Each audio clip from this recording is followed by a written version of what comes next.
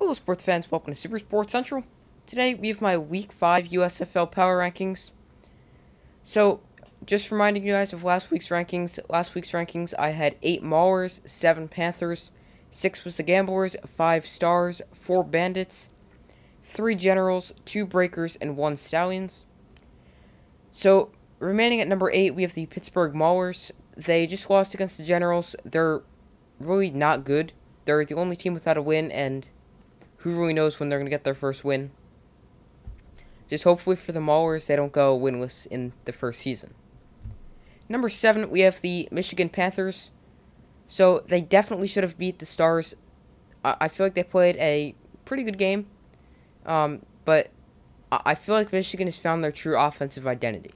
Like the Generals, they need to be a run-first team, and they can be very successful. And they also need to get their quarterbacks involved in the run game. So the Panthers, as I said, they should have won. But some bad clock management and a bad missed field goal, which was off the left upright, allowed them to not win. I would like to put them higher because I feel like they're deserving of a higher spot, but I can't because when you look at their record, they're 1-3. Number 6, we have the Houston Gamblers. The Gamblers have allowed a league-high 83 points and sit as the worst team in the South Division.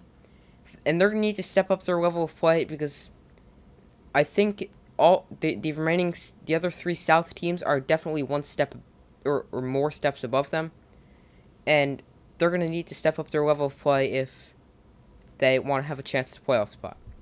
Number 5, we have the Tampa Bay Bandits.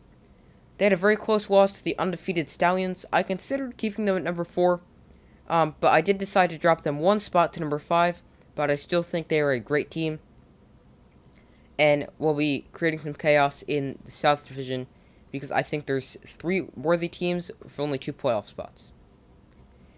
And the reason I'm talking about playoffs, and we've only been through 4 games, is because it's only a 10-game season, so each game has more playoff implications than you would think. And for my updated mid-season playoff predictions, make sure to subscribe and turn on notifications so you don't miss those, as that will be sometime between week 5 and 6. I haven't decided what day I'm doing it, but at the mid-season mark, I'm going to be updating my record predictions and my playoff predictions. Make sure to subscribe and turn on notifications so you don't miss that. Number 4, we have the Philadelphia Stars.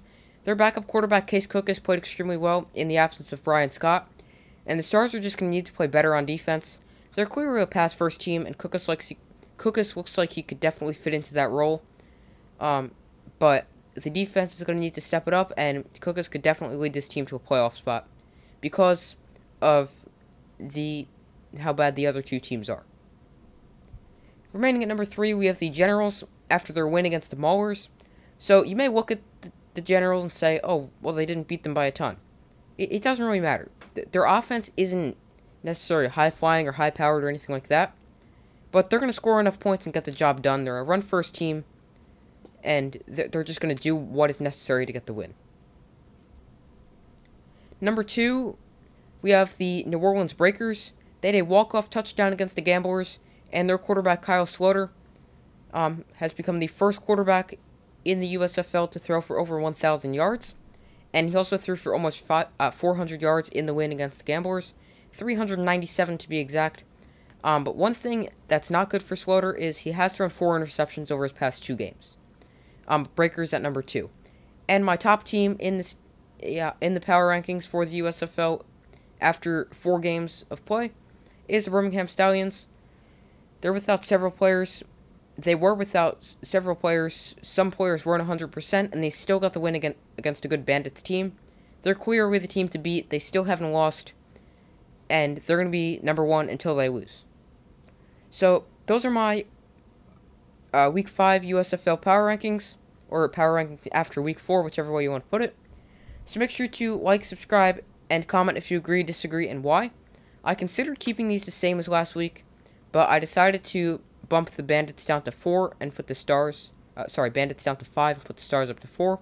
I think you could argue either way, but make sure to like, subscribe, comment if you agree, disagree, and why, and I will see you in the next video.